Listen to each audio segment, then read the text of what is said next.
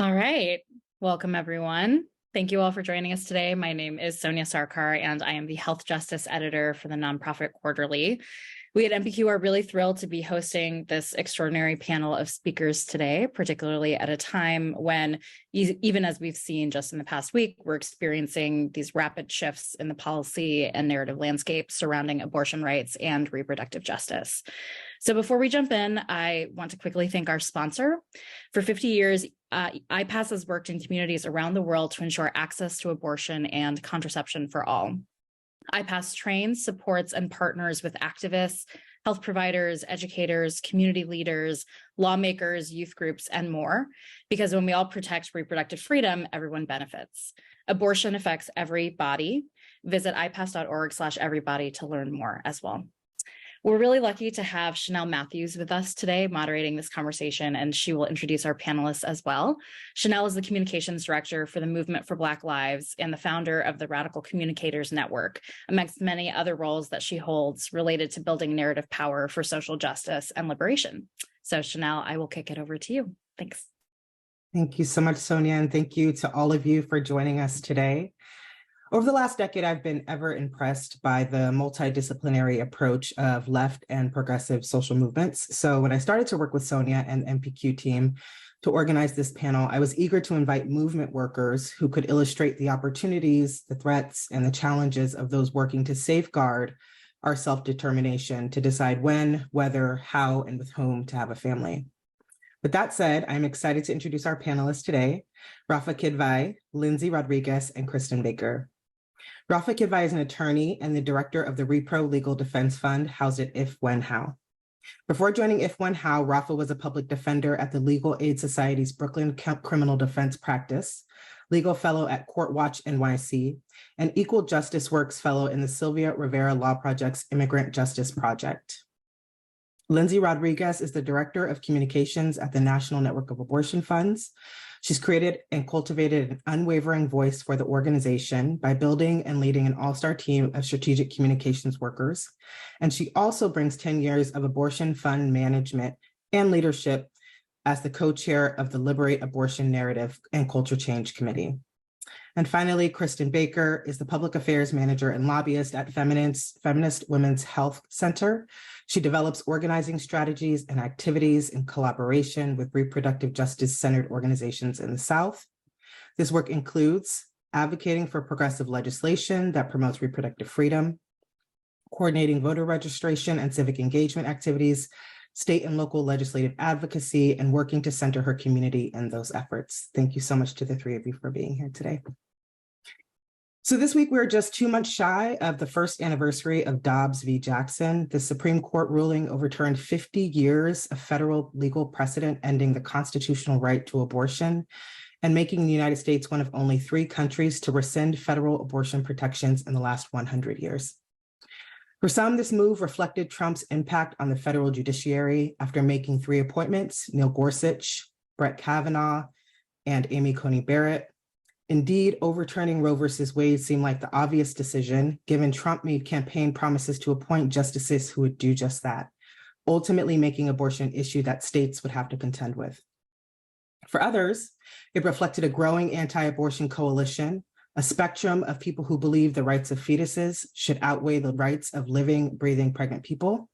This coalition is agitated by a new generation of leaders who call themselves the post-Roe generation. They're uncompromising in their vision for a post-Roe society, unafraid of short-term losses for long-term gains, and they laugh in the face of public opinion and critique. And for others, it's about mis and disinformation. Given internet companies accept advertising money from groups that lie about abortion, much of the content people find online about abortion care is not reliable and commonly includes disinformation, which seeks to misinform people and thwart access to abortion.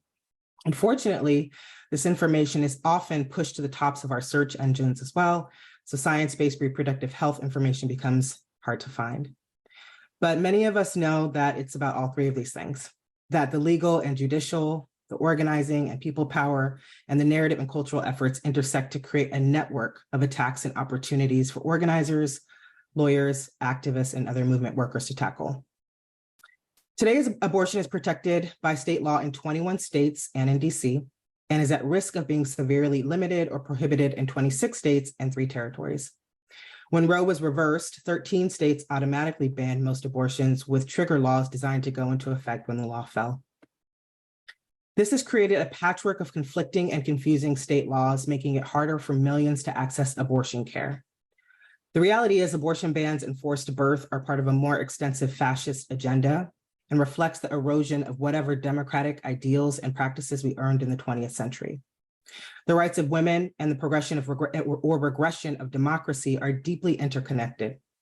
Under a fascist ideology and policymaking, a woman's purpose is to advance the state's greatness, to be mothers of children who become soldiers to defend the state. And under this political project, some people get to be fully autonomous and self-determined, while others do not. As a result, many of our lives become smaller, less predictable, and more dangerous. To be sure, forced birth isn't the only strategy of this agenda. Others include banning books and curricula, criminalizing protest, the right-wing capture of judicial and legislative institutions, and restriction of transgender people's freedoms, rights, and healthcare access, all of which we're seeing being enacted right now. Since Roe fell, a multi-state, interstate abortion battle has intensified, creating ideological and political conflict with life or death consequences for pregnant people. For example, although 1 in 5 pregnancies will end in miscarriage, an Idaho law does not make exceptions for miscarriage. It would penalize a doctor with a felony or jail time for aiding a patient with a miscarriage. Therefore, doctors second guess their medical judgment for fear of being criminalized and send patients to the emergency room for less specialized, more expensive care. There's also been an uptick in policies to pursue criminal penalties and jail time for abortion providers or anyone who helps someone get an abortion. For example, seeking to criminalize anyone who helps someone cross state lines to get care, calling this so-called abortion trafficking. Some laws deputize individuals to file lawsuits against anyone who aids and abets an abortion beyond 6 weeks of pregnancy. This is 6 weeks after one's last period. In New Mexico, which has become a sanctuary since the fall of Roe, the governor is battling conservative policymakers using a 150-year-old law called the Comstock Act to limit access to abortion pills. This 1873 law prohibits sending obscene material through the mail. The good news there is that New Mexico state Democrats have drafted legislation to prevent cities from overriding state laws guaranteeing abortion rights and reproductive health care in the state. This month's big news is that mifepristone, pills used safely for over 20 years to terminate an unwanted or non-viable pregnancy, could potentially lose its FDA approval. A federal judge in Texas with no medical experience, dubious evidence, attempted to overturn 2 decades of policy and safe medical care when he challenged the FDA's approval of mifepristone. This medication, often taken in combination with misoprostol, has been used by more than 5 million people in the United States since it was approved. This issue is now at the Supreme Court, which won't be making a decision on the case's merits, but some other complex judicial decision related to the local jurisdiction and initial case. But here's what's important here. Some members of the Supreme Court and their supporters insinuated that by attempting to make abortion solely a state issue last year, they would absolve themselves of contending with it. But it's important to remember that this was never about the Supreme Court simply washing its hands of abortion as an issue or making it the state's problem. Respectfully, I think that's a fairly naive position. There are many people, including physicians, lawyers, anti-abortion lawmakers, activists who want to stop people from accessing abortion care, full stop. No matter where they live, no matter the circumstances under which they're seeking care, no matter if the mother's life is threatened. And they are willing to go to extreme measures to do so. There are a traffic jam of restricted state-based abortion laws that are clashing with each other, and we are in unprecedented times. We also can't overstate the impact of this interconnected network of oppressive laws and what the impact that they will have on Black women and other women of color, trans and gender nonconforming people, people with disabilities, poor people, and other people who are at high risk of state repression, coercion, and criminalization. There is good news. Despite those efforts, most people in America still believe that abortion should be legal. In November, voters in Montana, Kansas, Kentucky rejected ballot measures to make abortion illegal. And just last month in Wisconsin, voters elected an abortion rights supporter to the state Supreme Court. 6 states have held referendums on reproductive rights, including Montana, Kansas, Michigan, and Vermont. In Nevada, the Senate approved abortion protections into the Constitution. Recently, a coalition of attorneys generals led by Washington and Oregon filed a lawsuit against the FDA challenging its existing regulation of mifepristone in order to make it more accessible. They called the regulations medically unnecessary and insisted that the FDA appears to be subjecting medication abortion pills to a unique and higher standard than other drugs. There are also some ambitious policymakers who believe that if we add just one more pro-choice senator to the House, that we can not only expand access to reproductive rights, but codify voting rights, privacy rights, and LGBTQ rights too. And there's more happening to expand access, because those who have committed their lives to organizing for people to decide when, whether, and how to have a family remain vigilant as repressive state laws force more people to carry unwanted pregnancies to term. And Rafa, I want to start with you and dig into the legal landscape right now. As the legal director for the Repro Legal Defense Fund, which provides bail and strong defenses for anyone criminalized for something that happens during pregnancy and the folks who directly support them, can you tell us a little bit about what that work looks like day to day and the legal landscape of the Dobbs ruling? And specifically, I think our audience would really benefit from hearing some examples of legal actions that have been taken to both protect abortion access and to further criminalize it. Thank you so much for having me, Chanel. My name is Rafa Kidvai. Like Chanel said, I'm the director of the Repro Legal Defense Fund, which is at If, When, How.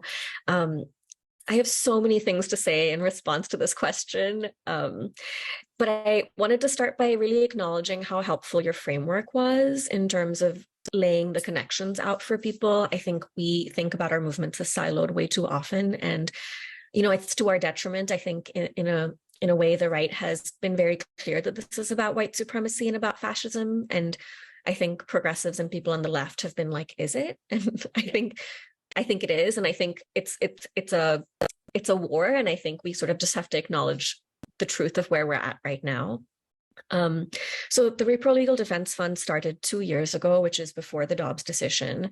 And I think that's important because I think one thing to remember is that the criminalization of pregnancy and pregnancy outcomes has been happening well before whether Roe was in effect or not. And of course, if we had listened to Black women, we would probably be more prepared. If we had listened to trans people about trans liberation, we would be more prepared for the moment we're in right now.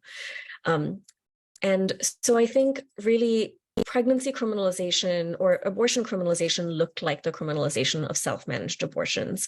That's what we saw, regardless of whether there were laws in place explicitly criminalizing self-managed abortions. I think it's important to know that because I think criminalization after the fall of Roe looks actually a lot the same. I think another thing to remember is that there's this collection of terrifying laws that are constantly shifting. We're on this emotional roller coaster. And I think that that's really strategic, right?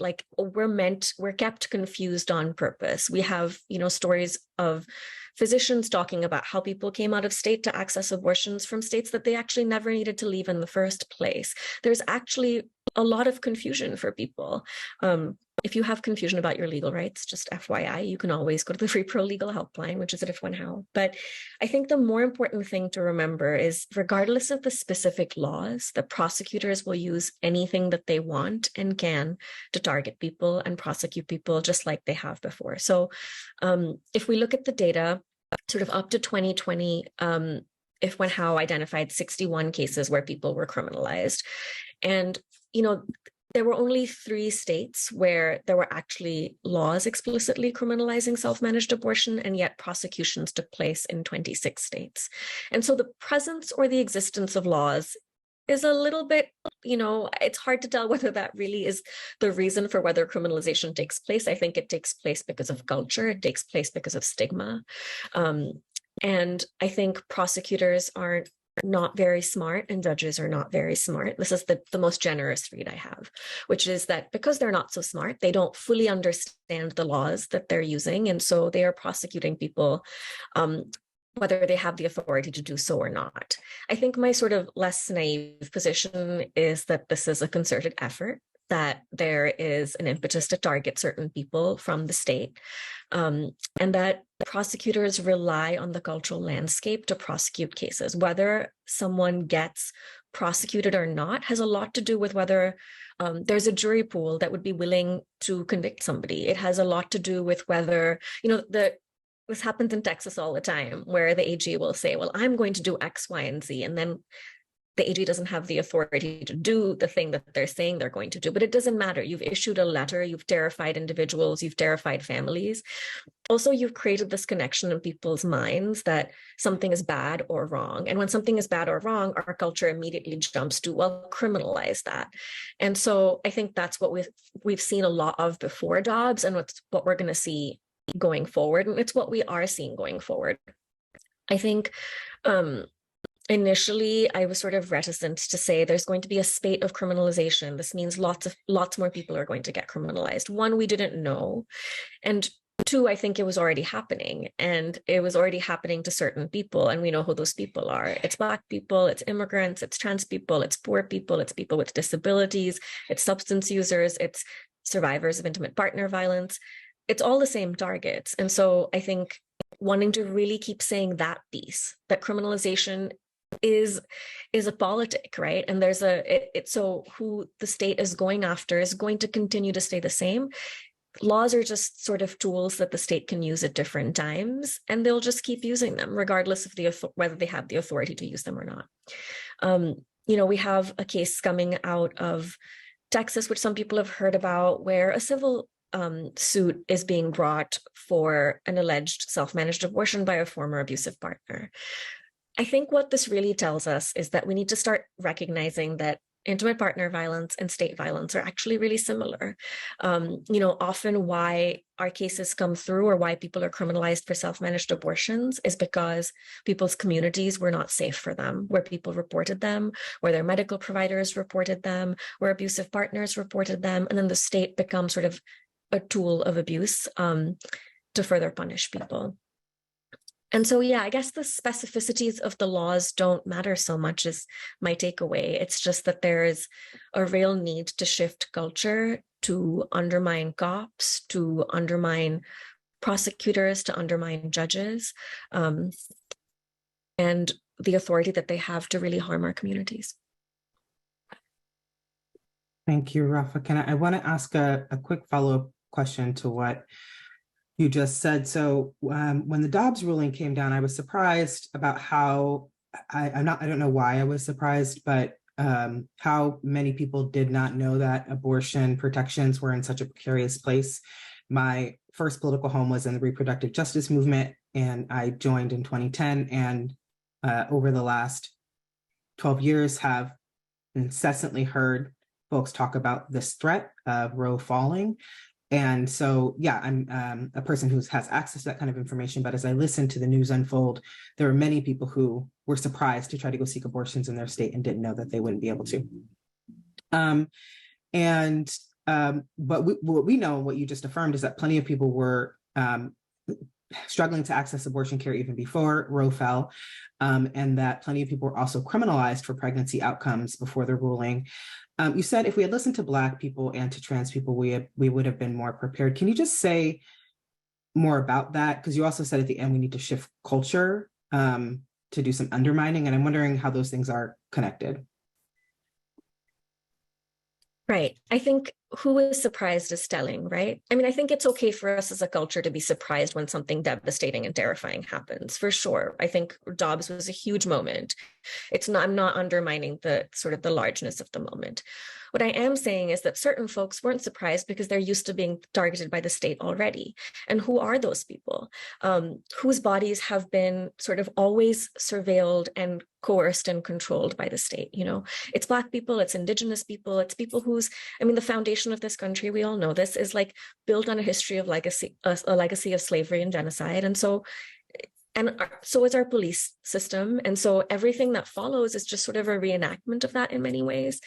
So I think if we had listened, if we had really valued the folks in our communities that that were the most marginalized, I think we would have made different decisions. Part of why we don't have a strategy is because we've just been gaslighting people about their own experiences this whole time. Like, no, America is a utopia where you can access care is a lie. And certain people have known that it's a lie for a really long time. And the people who know that are the people that have been targeted and unable to access that. I say trans people because who has had disproportionate mistrust for the medical system? Trans people know all the time that your medical providers are not safe to you. I think Black women, Muslim women, I've heard so many people talk about how part of their calculation for pregnancy was always about, will I be able to access care will I be able to go to my doctor? Will I be able to talk about my depression? Or will I suddenly be looked at as like incapable of taking care of myself and therefore needing to be surveilled and controlled externally?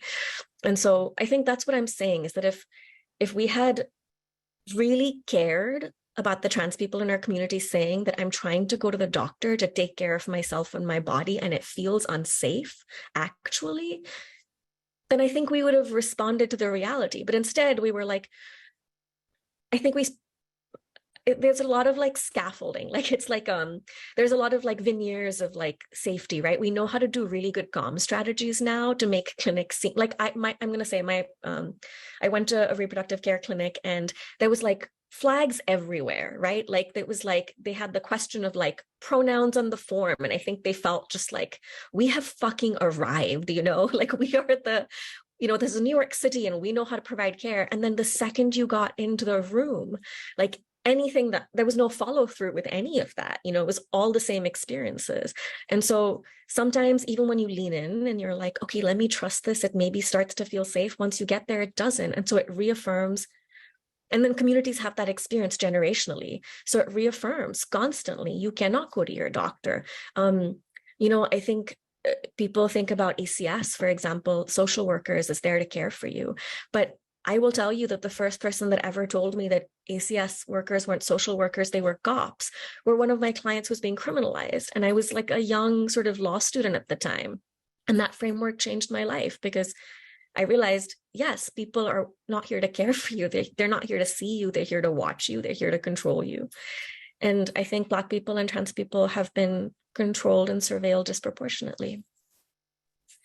Thank you so much, Rafa. I have so much I want to riff off of that, but I'm going to move to Kristen to talk a little bit about organizing and base building in the context of this. I can't stand war metaphors. They're so effective sometimes, and I'm looking for new metaphors to use, but inside of this abortion war and the battles that the states are fighting. So Kristen, you are a Georgia-based grassroots organizer. You're focused on abortion and other reproductive justice issues. And for folks who aren't familiar with the concept of reproductive justice, it's a framework for understanding how people make decisions about when, whether, how, and with whom to become pregnant. And builds off of less inclusive frameworks such as reproductive rights and reproductive health. And so, Kristen, I'm hoping you can first just tell our audience what it means to be a grassroots organizer. Secondly, we know that the Georgia Supreme Court reinstated a 6-week abortion ban in December, and I'm wondering, how has that impacted the landscape and how has it impacted your work?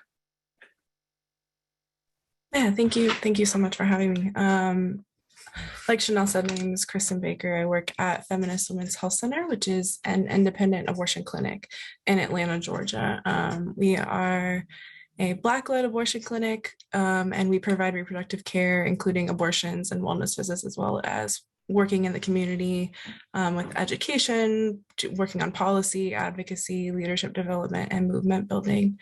Right now in this space, organizing involves working with our immediate community members in our neighborhoods of Atlanta. So that has looked like working on progressive policy, showing up at community events. There has been needs assessments done in our immediate community in the county that our clinic sits in, done by our clinic, as well as Amplify Georgia Collaborative, which is a reproductive justice collaborative in Georgia, as well as focusing on building relationships with people in other parts of Georgia, because being in Atlanta, it can kind of become Atlanta-centric, and there's so much more to Georgia than just the Atlanta area. So that's been a really big focus of ours, is just to connect them with the array of work that we do as a clinic and as a community organization. So we, as far as HB 481, our 6-week ban goes, we had been planning for, and we're not surprised, the day that the Supreme Court decided to overturn Roe. With that being said, the implementation of our 6-week, I say 6-week because it could be as early as 3 weeks, that someone could not receive abortion care. HB 481 has been devastating for our community, and those who have had to travel to us for care. Specifically in our clinic staff has had to adapt to really rapid changes and to work as a team to navigate this like completely uncharted territory. They've been forced to rapidly grieve the care that they used to be able to provide to our patients, and they've had to turn people away who have traveled from other states and from farther away. So turning people to abortion funds like our local One Access Reproductive Care Southeast has made it possible for folks to travel and receive practical support, but many people in our state have been and will be forced to carry unwanted pregnancies. Georgia is currently the most dangerous place for Black pregnant people. They are 2 times more likely to die during childbirth when compared to white pregnant people in Georgia. Our government is doing little to nothing to protect Black pregnant people through progressive policy, and they're also making it nearly impossible to receive abortion care. And that has become and will be a death sentence for people in Georgia. Previously, Georgia, like even with our heavily restricted abortion access, was thought of kind of as a refuge in the South for abortion access. But after HB 481 went into effect, patients at this point would have to travel as far as South Carolina for care, which can be nearly impossible depending on where you're coming from in the state of Georgia. That's if they're able to receive funds to do so, and if they have all of the resources they need, like childcare and lodging. So in our clinic, we have like a deep sense of community, and we're working tirelessly to find patients the care that they need. And this moment has been really devastating. We are committed to providing care up to the legal limit. And there was something that was said when we gathered together to talk about the impacts of the fall of Roe and the implementation of 481 from our executive director. She said, just because we're able to adapt to this moment doesn't mean that's what's happening to us is acceptable.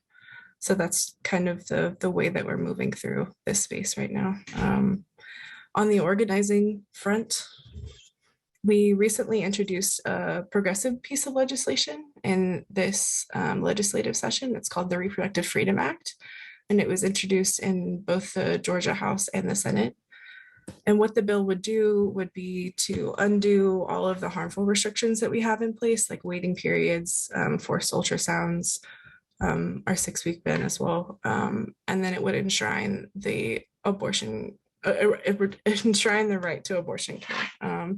So we know that being on the defensive all the time and responding to things like HB 481 can lead to extreme burnout. And we're working to create the future that Georgians deserve, no matter how long it may take for this legislation to pass. I personally am part of the organizing leg of the campaign. So my role is connecting with Georgians around the state about what their vision for Georgia looks like, as one without like harsh restrictions and like the abundance of freedoms that we deserve.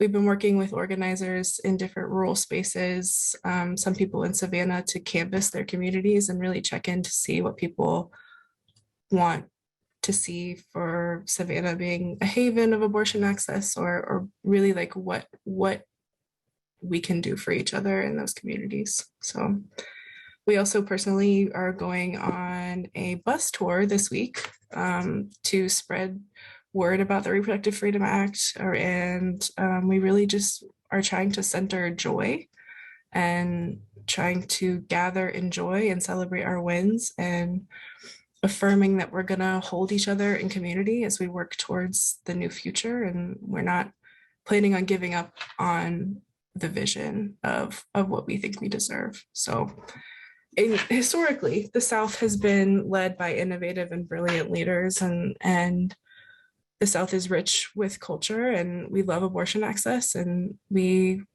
really just want to show that we're not going anywhere.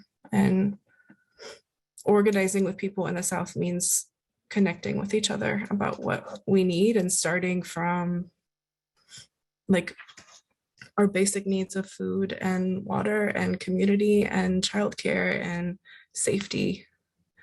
And then from there, building legislation that we deserve. Appreciate you so much for that work, Kristen. It's incredibly important. I know that historically, the reproductive health rights and justice movement has struggled to build a mass base on the ground for abortion. So for example, the way that we saw 26 million people come out into the streets in 2020, very much so an intersectional movement of people, but especially focused on racial justice, Black liberation, and then of course adjacent movements of queer movements and third world movements. But what I heard you say is that you guys are doing a bus tour to make sure that people know about what's going on, that you guys are connecting with people throughout the state so you can hear them out, and that you guys are introducing new legislation, all three really important efforts. And I'm curious, given the landscape, the political landscape in Georgia, what do you think the likelihood or the possibility is of you guys becoming a place that could be a safe haven, of passing this legislation, of having meaningful outcome during elections for people to vote on, perhaps referendums around abortion or reproductive justice, and then getting people with this bus tour to have meaningful conversations about the reality of abortion? Are you hopeful? I am. I think from what I've learned from the leaders in the movement, specifically the Black women that lead our clinic and the Black women that lead reproductive justice movements in Georgia, I really feel like we have to hope that there is a future that Georgia can be a haven. I know that right now it definitely is not. I know that there's violent policy and there's violent. I really do think that we have to hope that we can create that for ourselves. And I don't know the exact timeline, but I know that we will keep pushing until it passes. Thank you. As a scholar of social movements, one thing that I'm constantly reminded of is that democracy is not linear. That oftentimes the way that our movements are framed by the media is bifurcated. Did you win or did you not win? And we are constantly contending with the dialectics, that is the ever-changing landscape, political landscape, the landscape inside of our organizations, our own individual identities and how those change, and having to contend with a constant threat against democracy, which will always be there. I don't think we ever reach a place where we've transcended the need to have to fight for more democratic, more revolutionary, more liberatory ideals.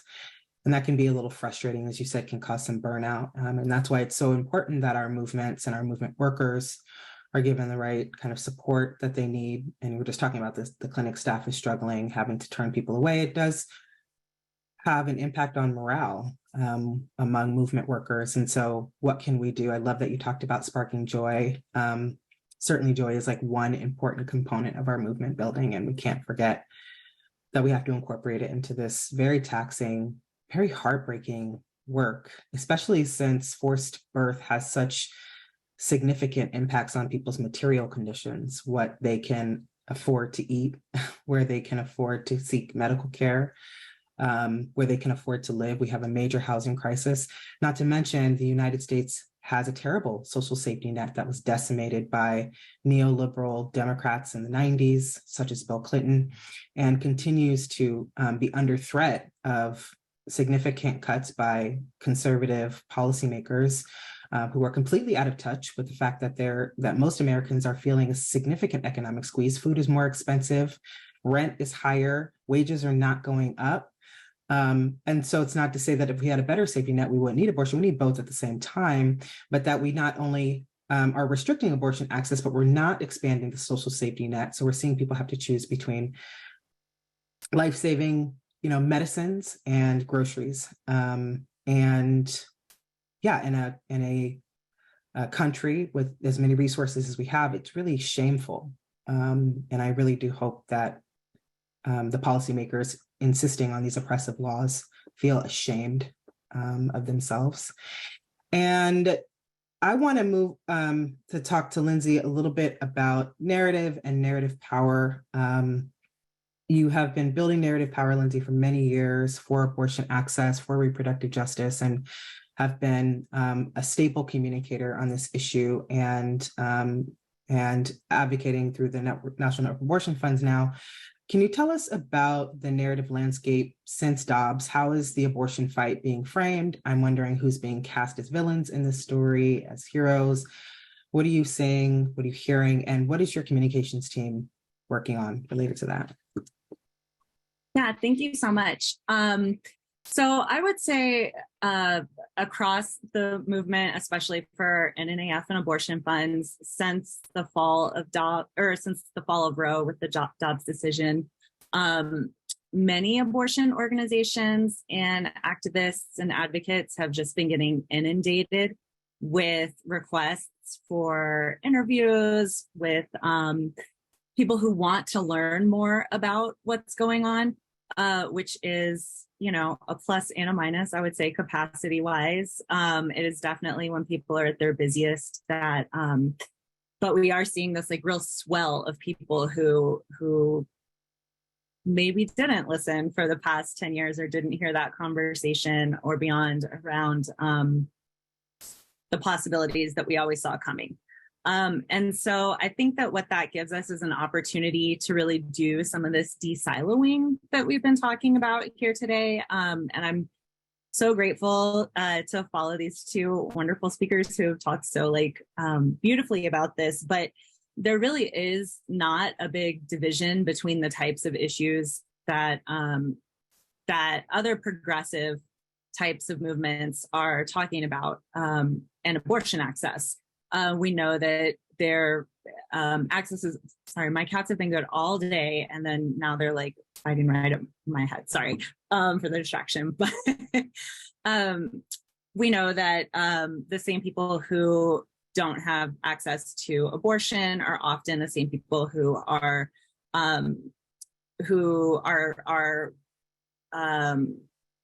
dealing with economic oppression and injustice, who are dealing with the fact that this entire country is built on systemic racism and oppression, and that we don't have healthcare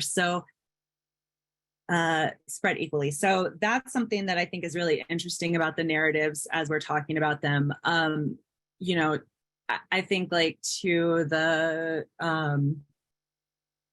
not always happiness of a lot of communications professionals, up until the Dobbs decision, a lot of times this fight was always framed as protect Roe, we want to codify Roe, pro-choice, those sorts of phrases that really proliferated throughout the general public and are the way that people understood this issue. And I think that does such a disservice to the people who have been working and trying to ring this alarm for a really long time, who have said there isn't a choice if you don't have access, if you don't have the types of supports to either pay for or get to your abortion or information, or somebody to help watch your kids, or if you don't have paid time off at work and then you have to take days off and lose wages at the same time as you're now having to put out a very expensive expenditure. So all of these are things that people understand when you talk to them about how difficult it can be to try and make ends meet and make those bills come together and what unexpected emergencies can be. But abortion really hasn't been talked about in the same broader place. And, I definitely have my feelings that it probably is not held up as a serious issue because it is something that primarily is thought of as an issue that affects women of color, poor people who are disabled or living in rural areas. So these are the same reasons why it's been sort of shunted off to the side. So I think we really do have an opportunity to flip this. Like I'm not a silver lining person, so I don't want to sit here and say like, in this we have the opportunity to do something different. But I think what it means is we have the responsibility and the mandate to do something different. We can't talk about this in a way of like, here's what we are trying to protect.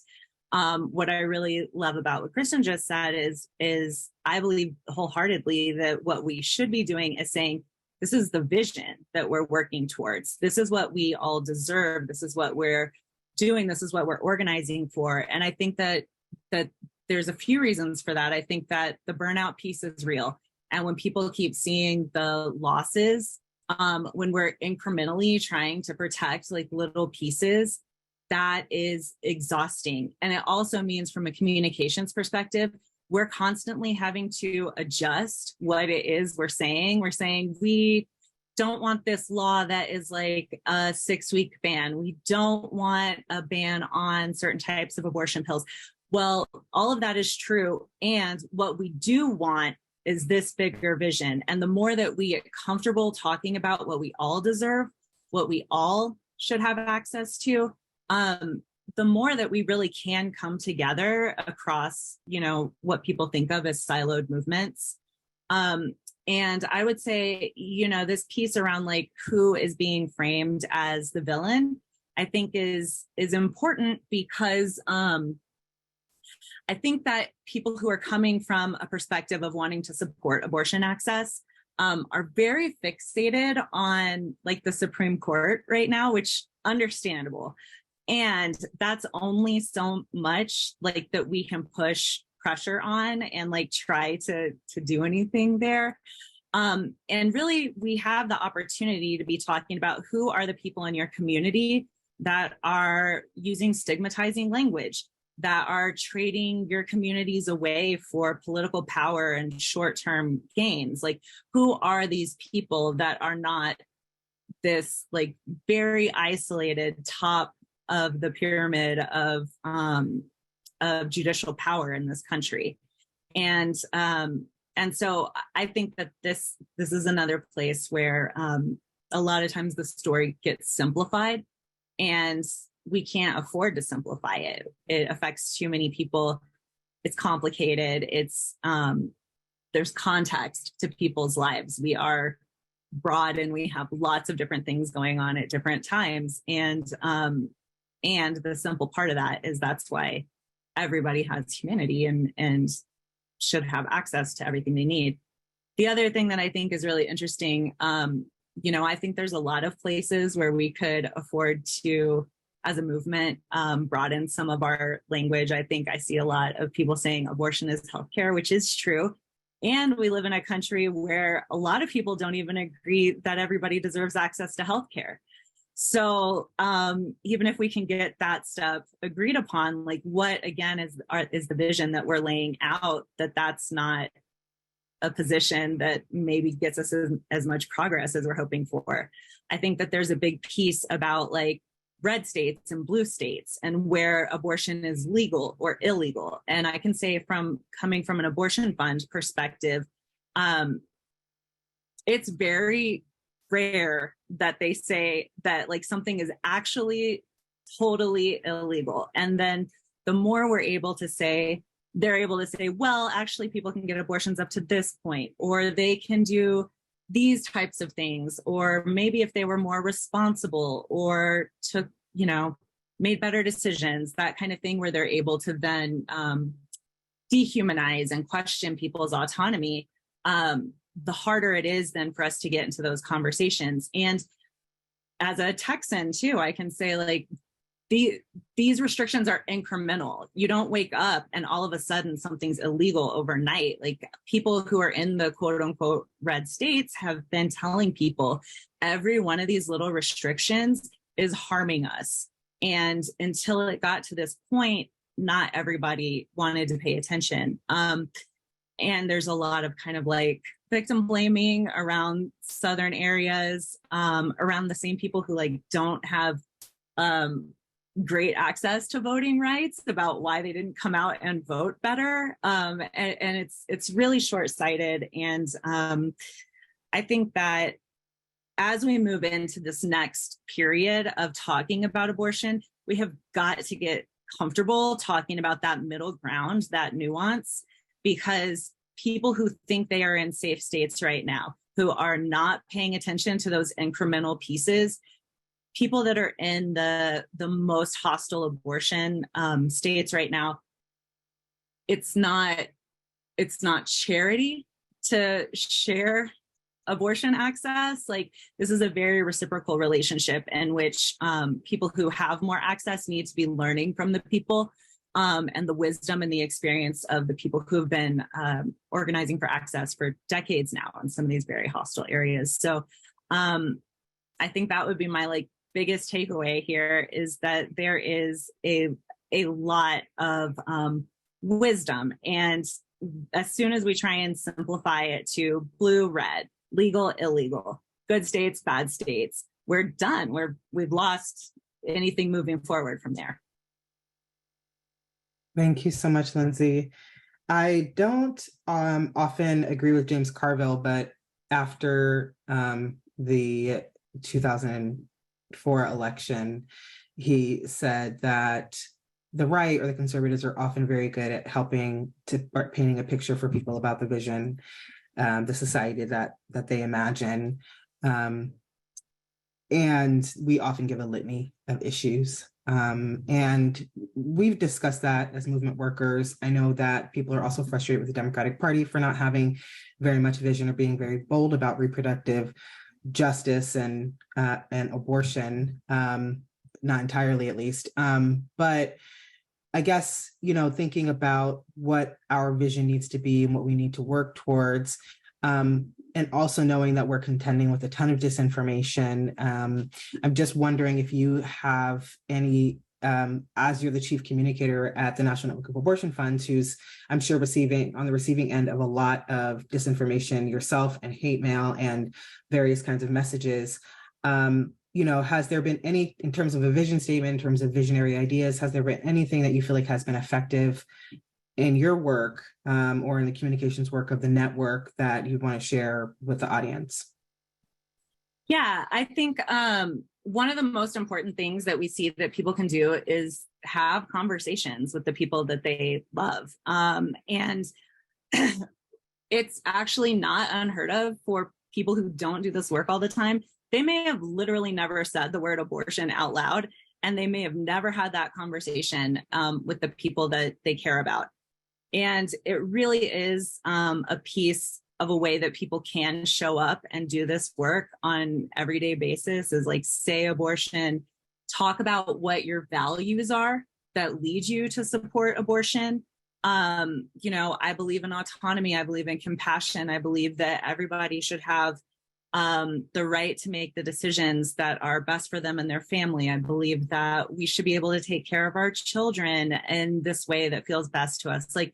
Showing up in those ways to talk about abortion, I think, is an incredibly important piece of this narrative work that literally everybody can do. And this is one of the places where I've at least noticed that people almost feel more comfortable talking to strangers about it than they do to their families and their loved ones. And that is the work that people can really do, and showing up and say, this is not an issue that people over here are having. This is an issue that we're talking about here today at our dinner table, that we, it's so common for people to start this conversation and find out their mothers, their aunts, their grandmothers have had abortions and nobody just ever talked about it.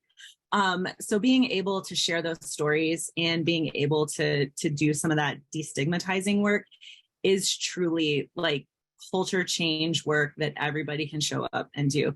Whether you've had an abortion and want to tell your story, or, something I say is I just always like to let people know in the room, if you need information or you ever need to get an abortion, you could totally talk to me about it. Just be that person. Don't assume that your friends or family know that they could come to you and talk about abortion if you've never said the word out loud. So yeah, I would say that's like an easy place. And I think that that's actually an incredibly empowering place to be in this movement, is to be able to say, like, I can make this change, and we don't have to rely on changing the mind of Supreme Court justices that are never going to change their mind. And I don't, want to minimize how incredibly terrible the decision is and how many people have lost access. But that does not, when we put all of our power in that institution that was not built for us, then, where does that leave us? So we really do have a place where we can have these conversations freely. And it's scary, but I promise, when people feel brave, like, I have always been surprised by the people who did come out and like tell me that they supported. It's people I almost never would expect to be the most supportive people in the room. So people are just waiting for the opportunity to talk to you. I love that. Thank you for that. So I want to ask you each a related question about the next year, kind of what threats we should be on the lookout for, opportunities. I mean, you guys have talked a bit about the existing landscape, legal landscape, narrative landscape, and organizing landscape. And I'm curious, Rafa, we can start with you. I'm wondering, between now and next summer, when it'll be the 2-year anniversary of Dobbs, what threats should we be on the lookout for, legal threats, and what opportunities do progressives and the left have to advance abortion rights in the legal arena or elsewhere? Thank you for that question. And I think Lindsay, you said so many incredible things. And I had so many thoughts about those, and they're connected to this question, which is that I think, first of all, the threats are everywhere. They're in all of our movements simultaneously, right? And so it's a little bit hard to say. I like your fascism framework. I like talking about white supremacy. I think that we need something that unifies us for sure, in terms of, I think, to bring people together, but I don't think that that means losing sight of the fact that the threat is on multiple fronts. The threat is on, we're afraid about climate. We're afraid about, name a part of our lives that is not under threat right now, right? I think that what's true is that, some of the tactics of the right are, some of the sort of more fringe tactics are going to keep coming to the forefront. I think that's definitely scary. I think that the things that we can do, I think it's really easy for people to hold on to laws and legislation as a place that they should locate their energy. And this is part of why I'm drawn to what Lindsay was talking about, is that one of the things that I think people forget is that we forget to do this internal work of, how do I be a person that's safe for other people around me? And I think that's a really important place for all of us. I think it's sort of a work in progress, right? We tell people all the time, don't talk to cops, just believe us, don't talk to cops. And then we can talk about how you have to train yourself to actually unlearn some of the things that we've been told about officers in this country, which is we should trust them, that there is some virtue here, that maybe I will be cared for, protected in some way. I think one of the things we can do for each other is listen to folks who've been criminalized and learn from them that actually nothing good comes out of talking to cops. I can say this as a public defender. People saying, I'm innocent, is a statement that will be used in a case against them to say that they're a liar. There's nothing, you cannot walk yourself out of that situation. Everything that you say will be used and spun. And so I think as a culture, some of the work that we need to do is just stop talking to cops, recognizing who cops are. They're child protective service workers, they're immigration authorities, they're all around us. And then how are the ways in which we have internalized some of those things? Am I replicating some of those values myself in how I talk about the people around me? Most cases start from people, from trusted community members or providers, right? Most criminal cases. What that tells me is that we cannot rely on the people that we are relying on to keep us safe, to actually keep us safe, because we actually don't know what it means to be safe. I think it means really thinking before we draw lines around laws about who we leave behind. So I think we've gotten really comfortable under the frameworks that Rope provided us. We've drawn lines around whether they're around timeline or whether they're around the specificities of people's lives. And that's always a problem, right? Because we're saying like, well, then we leave people who have multiple abortions. And really, where's that stemming from? Like, oh, it's stemming from this idea of who we see as promiscuous and unworthy. And so if you are committed to doing work around sex workers and making sure that sex work is decriminalized, that's repro work. And I feel like, and there's a threat there. And I think that folks should really just, instead of trying to like learn a whole new movement and feeling overwhelmed, see the ways in which repro shows up in the movement spaces that they're already in and try to push it that way. And then I think that the other thing is that like, I think Lindsay talked about the ways in which we blame instead of blaming structural inequality for so many of our things, we blame individuals and their life circumstances. And so I think that's another place in which like, am I doing that in this moment? Like, who am I blaming for the circumstances of their life? Yeah, maybe that's not that exciting an answer. Maybe like it's more exciting to hear about a law to sort of fight back on, you know, but I think truly the work comes from being safe to the people around you. Thank you so much, Rafa. Kristen, I'm curious to hear a little bit from you about the opportunities and the threats that you're anticipating in Georgia over the next year that might even spill over into other states. Yeah, so we're definitely seeing legislation that's being pushed through that some groups that have introduced historically like anti-trans bills that have harmed and targeted trans youth by blocking their healthcare and criminalizing providers.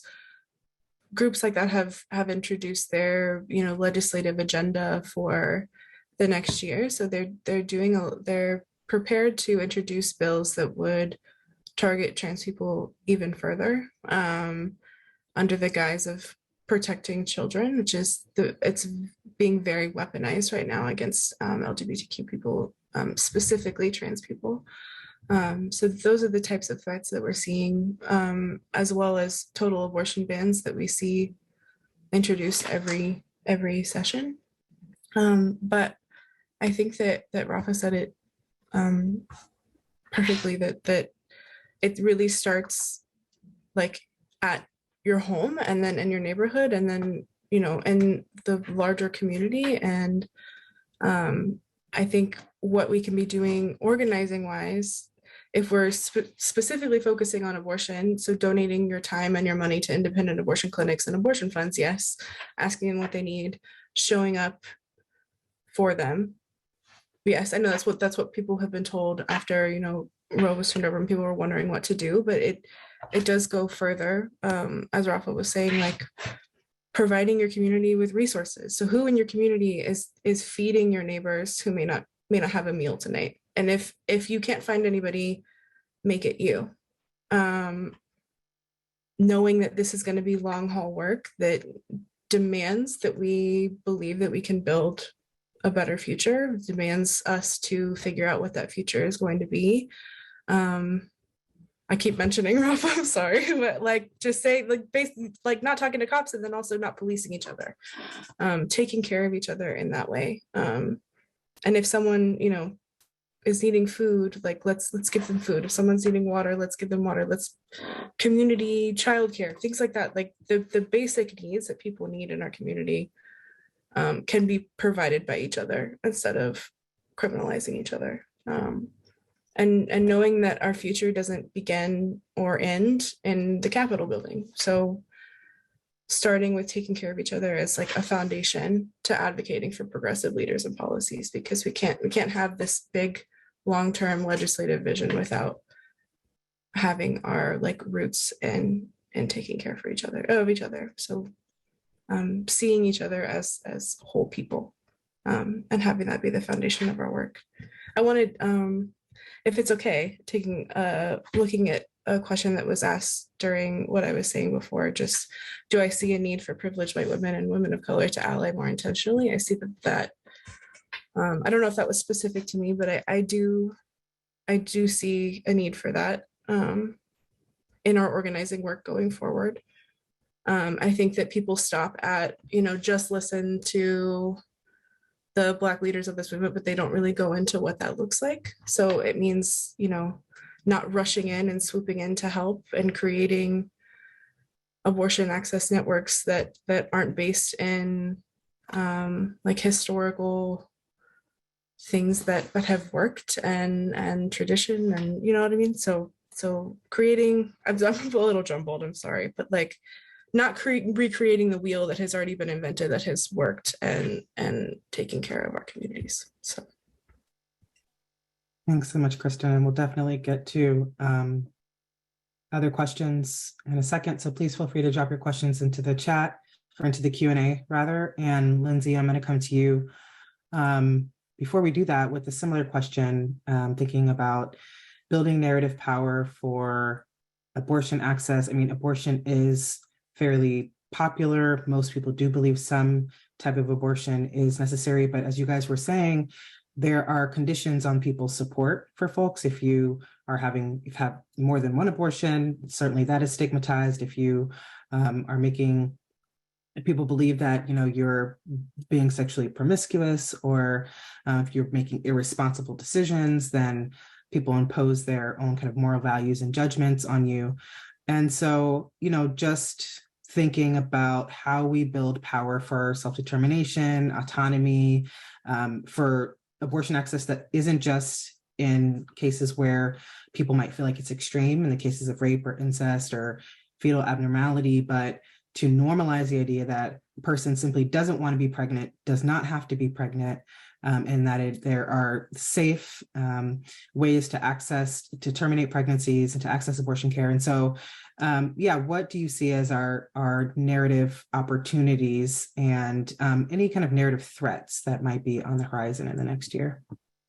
Yeah, I'll start with the threats. I think that really one of them is burnout and complacency, especially as we're seeing legislative sessions. We're seeing so many restrictions trying to be passed through in so many places. And it really does intersect so much with other areas of bodily autonomy. We are seeing so many pieces of this restriction that are being pushed against, especially trans youth. And these are cyclical narratives like grooming, like promiscuity, how young people shouldn't have access to their bodies. This is not new. It looks a little different than it did in the 80s and the 90s, but this is a continual narrative loop. And it's one that we really do need to learn from and remember what kinds of things worked before.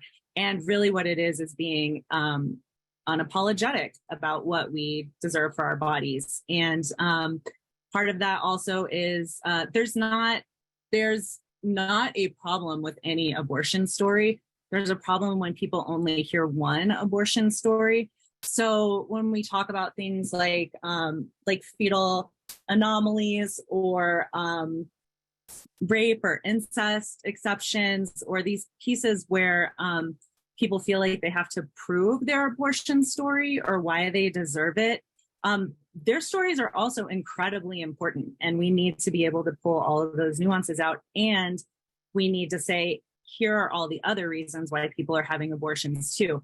And when you see this spectrum and this like broad type of diversity and folks in every place where you can think of living all kinds of different lives, and they are choosing to have abortions, it really adds to the context and the knowledge and that deeper understanding, because I think that everybody has spoken to it here.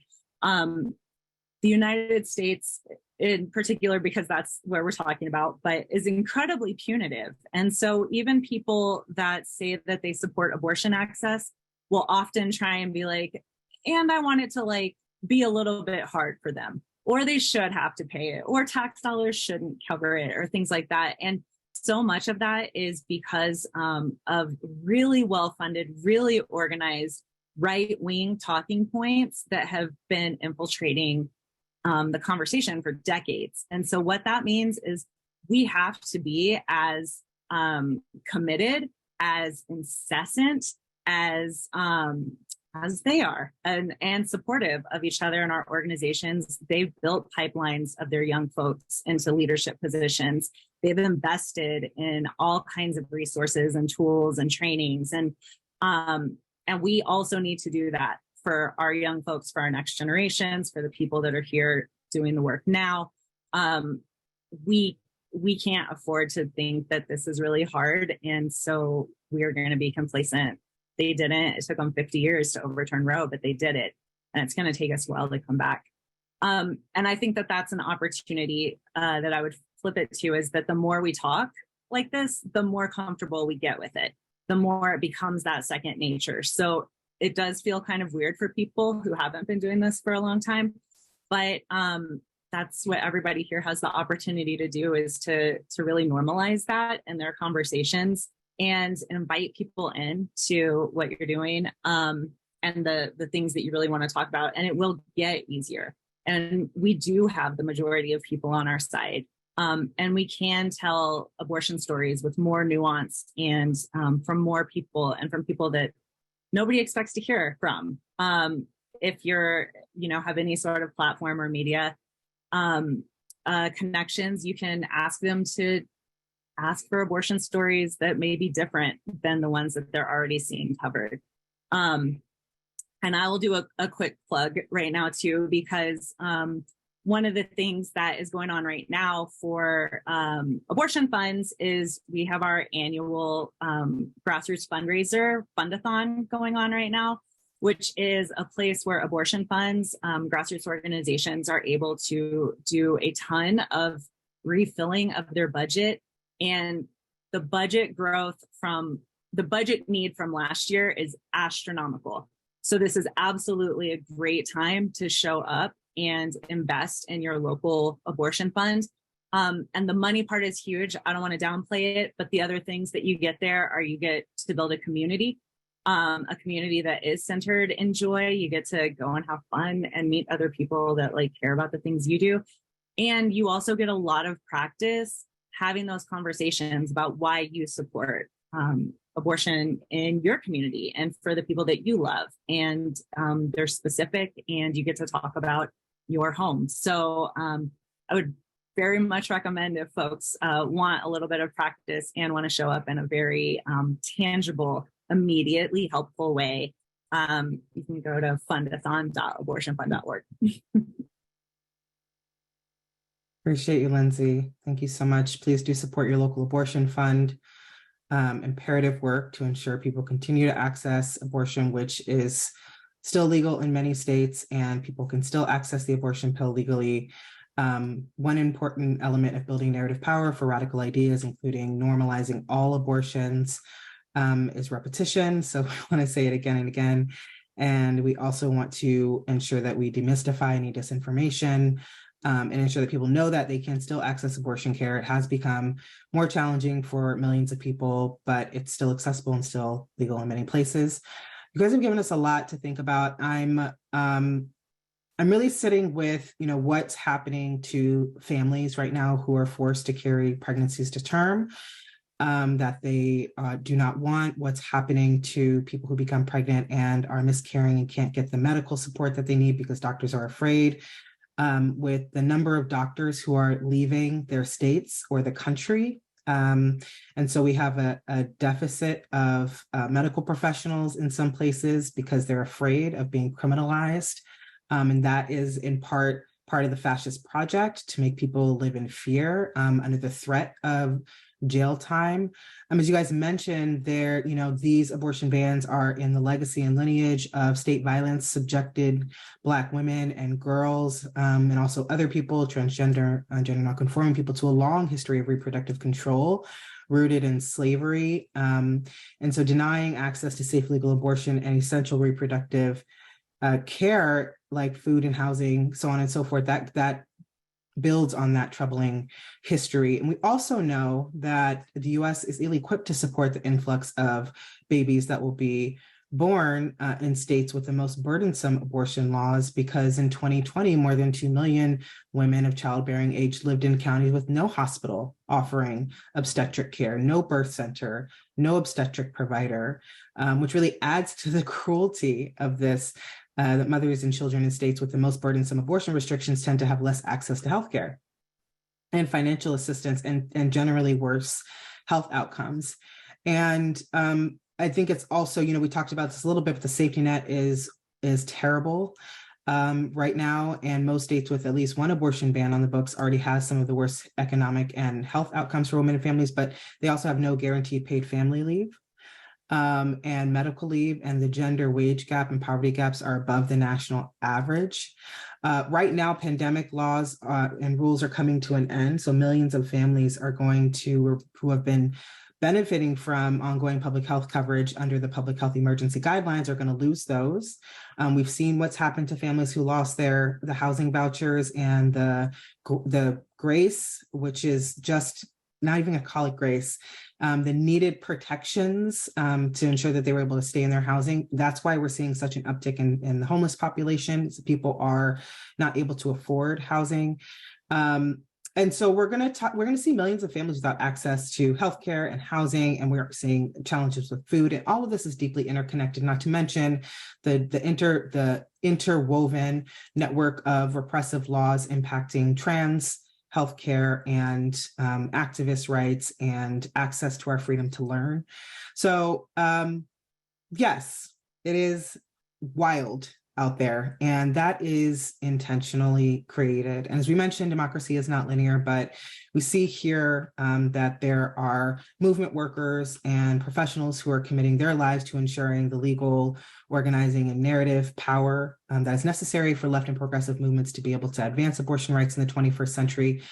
We need to have more conversations with the people around us. We need to build real political power by running pro-choice, trans, policymakers who are willing to make bold stances, who are willing to ask for the ceiling and not just the floor when it comes to people's basic dignity.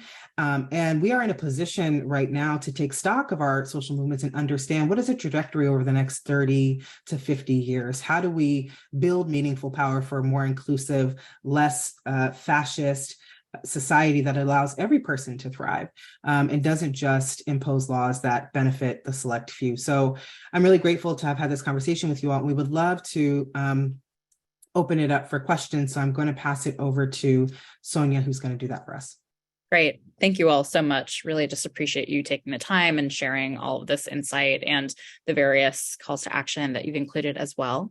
We have a couple of questions coming in through the chat. Two of them focus on this idea of intentional allyship, to the point that Chanel was just making about movement building and what it means to build power in this way. And the question was, do you see a need for privileged white women and women of color to ally more intentionally? Seems that there's a disconnect there. And then an audience member who identifies as a white woman said, what does it mean for white women to intentionally ally with people of color and other movements as well? What can be done there? So I'd love to open that up. I'll jump in and say that I think that a big piece of that is sharing power and sharing resources. And money is a resource, yes, but also so is time and information. And the spread of mis and disinformation is absolutely an anti-abortion tactic. So when you're able to really learn about what's going on and how it's impacting people in your community, and you're able to help educate people on that, help spread the word, that's a really important service that you can do. And even better is when you can amplify the voices of people who are most impacted or who are doing that work every day, and really vouch for their expertise and their lived experience as a place where you trust and want to build. Modeling that is really important, I would say. And the other thing is part of this, interconnected issues. So Chanel touched on it just a second ago, but the other thing that we're seeing a lot of is in so many of these states where so many babies are going to be born. It's in their schools too, where curriculum is being withheld, even the right to be able to use the names and pronouns that resonate, that they want to, and it's harmful and it's dangerous and it's violent. And it's really important that you're making those connections and saying, this is part of my vision, is that everybody gets to choose. And that means too that children that are in this community should have access to all of the, again, resources, time, information, money. And so the more that you can add your voice and connect those issues. And lastly, I think that we have not done a great service with the siloed off issues. So when people who are involved with abortion do not want to talk about race, they don't want to talk about gender, it's harmful and it's short-sighted and it's incredibly unstrategic, like for the long haul. And it's the same thing that a lot of times people who are involved in abortion feel really disconnected and isolated when other movements don't want to show up and support for abortion. So the way to provide our strength is not to do the same thing. We absolutely have to build the muscle of talking about how these issues are all connected. Because we can't just have white women talking about abortion, but then they're uncomfortable to talk about all of the reasons why people might have abortions or not have access to abortions, or not feel comfortable having children in violent states that they might live in.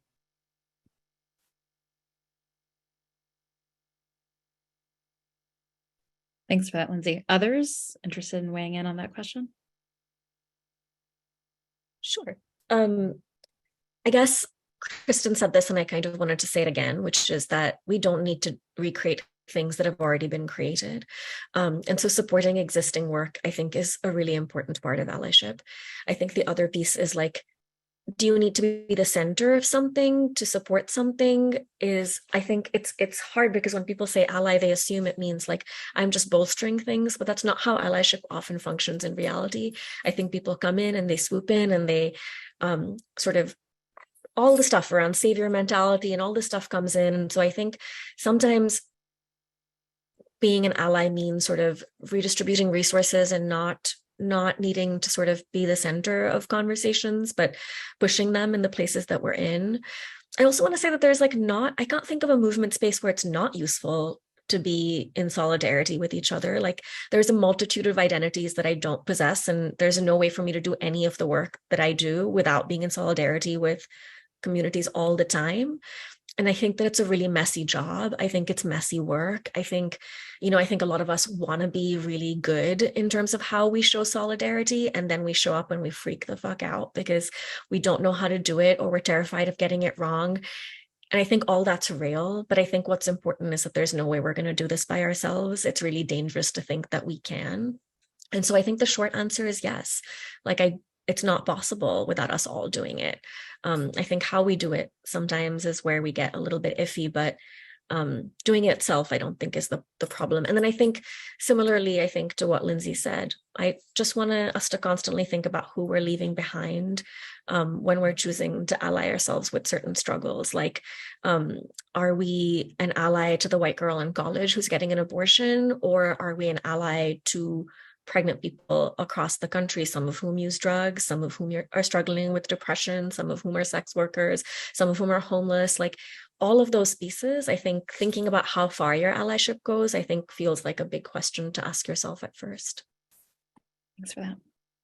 Kristen or Chanel, anything you'd like to add? I think that was said perfectly. I don't have anything to add to that specific piece, but just knowing that like as white people, you can't sit around a table with your white family and your white friends and like debate people's humanity.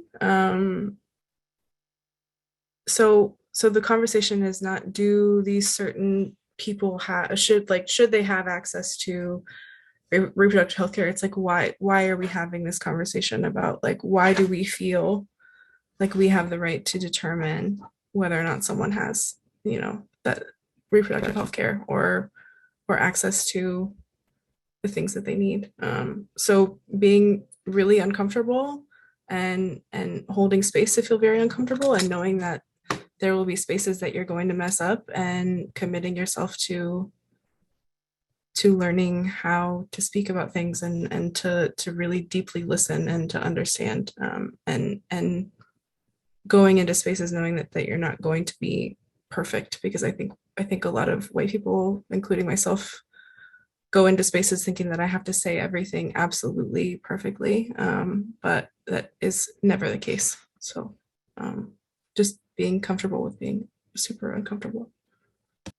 And on that note, don't call the cops. Yes. I just wanted to add, so Kristen said, learning how to talk about these things. I mean, the reality is the more comfortable we are talking about something, as Lindsay said, the more often we're willing to have the conversation. And it's true, it won't be perfect all the time. And some practice does help. One way that we can build power for revolutionary ideas in a more inclusive society is by helping to delegitimize hegemonic ideas or dominant narratives out in the world. And there are ways to do this that are better than others. And I'll just share a couple of tips with you all to take back to your organization, or your community, and your family for how to help persuade people. And by persuade people, it doesn't mean that you're going to talk to them once and that their beliefs are going to change. Oftentimes, persuasive messages actually help to bring people's existing beliefs to the fore. But over time, the more we share new stories, the more those accumulate into broader narratives, and those narratives end up shaping public policy, which shapes the material conditions of people's lives. And so it is a longer process in terms of narrative change and attitudinal change. But a couple of things that you can do is really lead with values. I think somebody actually said that earlier. So you want to talk about justice and fairness and human rights and dignity. And it's true, some people will say that they don't care about any of those things. And those people are not our audience. And it would not be a good use of your time to spend time trying to change their mind. But if you can lead with values, it really does help us to create broad points of agreement that resonate with almost any audience. The other thing that you want to do is be really explicit about the problem that we're working to solve. As I mentioned earlier, some people do not understand or do not know because they're passively engaging with the politics of abortion right now. So it helps to lay out what the actual problem is and how that problem threatens those shared values that you just told them about. And so we have to, on the left, also do a better job of this, of telling people what is the problem that we're working to fix. And to Lindsay's point earlier, we need to also give people a solution. Give them something that they can see themselves doing in terms of a concrete next step to create that sense of agency amongst our family members, amongst our community members, that they have a role to play in ensuring abortion access, which ultimately does what? What does ensuring abortion access do, right? It creates the political conditions for us all to be able to thrive. And thriving means that our communities are safer, that people are more connected, that we come to rely on each other more, that systems that work against us are less powerful. And so also, if there's something for people to do in your community, tell them what they can do, right? So give them an action that they can do. And it provides a kind of sense of hope and motivation when we have solutions and actions. And helping to kind of paint this picture, as Lindsay was saying earlier, we have a litany of issues that we are contending with on the left, and we often give people that list when people already have a lot of problems that they're contending with. And so we're overwhelming them with that instead of helping them understand how their existing beliefs, their existing actions can contribute to building a more liberatory society. And so, yeah, lead with values, be explicit about the problem, give people a solution, and tell people action. This is not something I made up on my own. I learned this from the great Opportunity Agenda, Alan Jenkins. Thank you so much. But this is what kind of makes a persuasive message and helps to build people's confidence in the ideas that we're proliferating. It would be great if you could also tell a story, if you're willing to tell your own abortion story, or if you understand or know, have read about or listened to a recent story that might help add context to the message, that would be really helpful. Also, because these really big systems that we're all contending with are best understood through the stories of the people who are impacted by them. So I'll just say that if there's no one right way to do it, there can be wrong ways to do it. But it does help to be able to understand how people do take in persuasive information and to use some of those tools to get there. Great. Thank you, Chanel. We also have a question coming in through the chat on, Rafa, you spoke to this a little bit, but the statistics on women being prosecuted now in the country, and wondering if you can just talk a little bit, any of the speakers, about that context and, what are some of those numbers?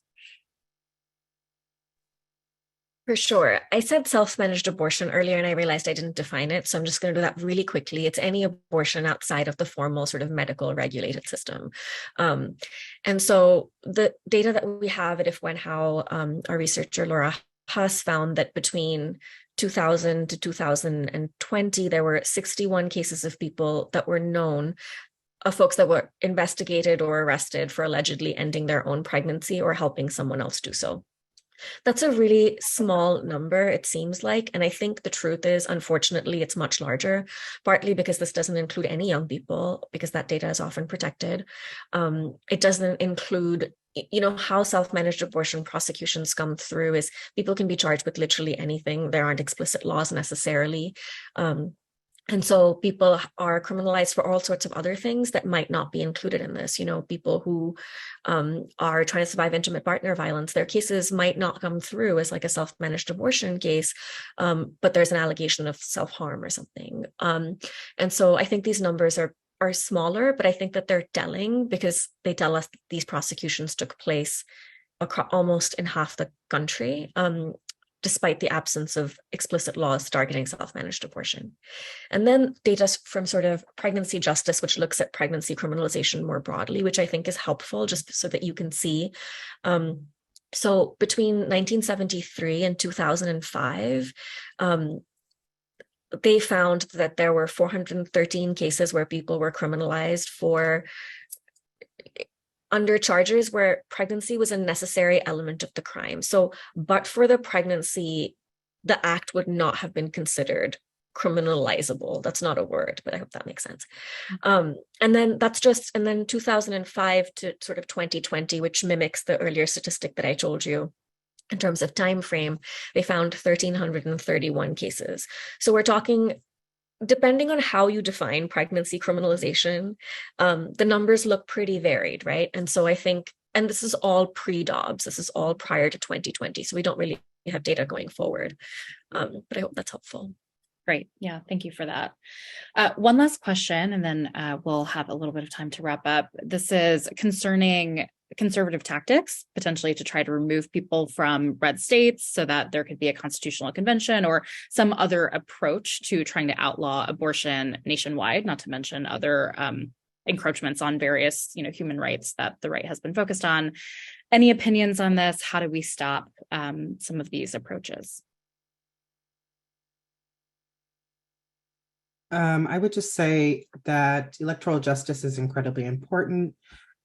So we talked a little bit earlier about codifying a number of civil rights, and that includes voting rights and access to the ballot, which means giving returning citizens their rights to vote. It means making access to access to voting easier for people. We need to get revolutionary, radical, progressive, forward-thinking, bold policymakers into office who can't be co-opted by powerful forces, who can't be bought, who have an agenda of their own, and who understand the kitchen table issues of everyday people.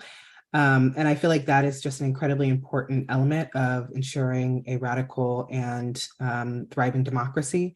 So I would say electoral justice is one part of that. And then the other thing is really combating dis and misinformation. There's just so much of it out there. So people need to understand how the policies in their state would impact their families and their communities. We need to demystify and de-jargonize legislation and give people access to participatory budgeting so they can decide how the budgets look in their cities. I mean, all of this is about being civically engaged, but also taking ownership of our future. I mean, we have the ability to be able to make some of these decisions. So those things feel really important to me.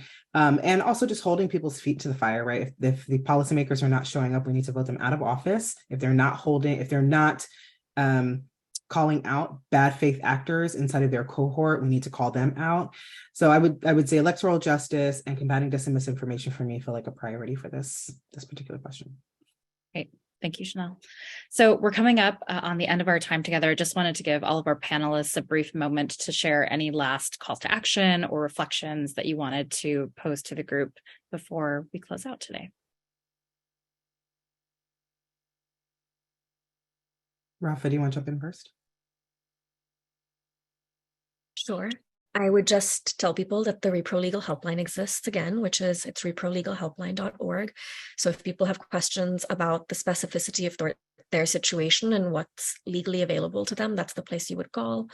If you or someone you know is criminalized for your pregnancy, you need money to sort of anything from getting out of jail to having an expert witness in your case to having counseling, mitigation specialists, investigation costs, any of those things, attorney's fees, you want to hit up the Repro Legal Defense Fund, which is reprolegaldefensefund.org. And then we have a tiny podcast at the Repro Legal Defense Fund called Nobody Criminalized, which is really just about making the connections between the criminalization of all bodies.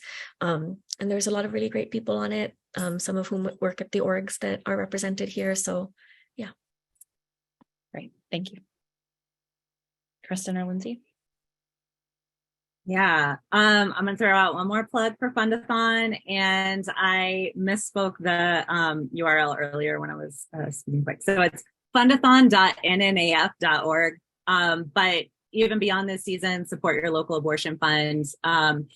Give, even if it's a small amount every month if you can, so that they have the ability to budget and continue to pivot and be nimble in what is surely to be an incredibly shifting landscape. And they are really there to give information to the people that are in real time dealing with abortion barriers. So follow their expertise, see what you can do, and definitely uplift them as experts in your community. But fundathon.nnaf.org. Over to you, Kristen. And I would just be a big thank you, and to remind people to, take what was said in this conversation and start at home and start in your communities, and, take care of the people around you and yourself. And yeah. Great. Well, I just want to say thank you again to all three of you. Thank you to Chanel for being an amazing moderator. And we just really appreciate you all taking the time and look forward to continuing the conversation. Thank you again. Thank you to all for attending and joining us today. Thanks, everybody. See you later.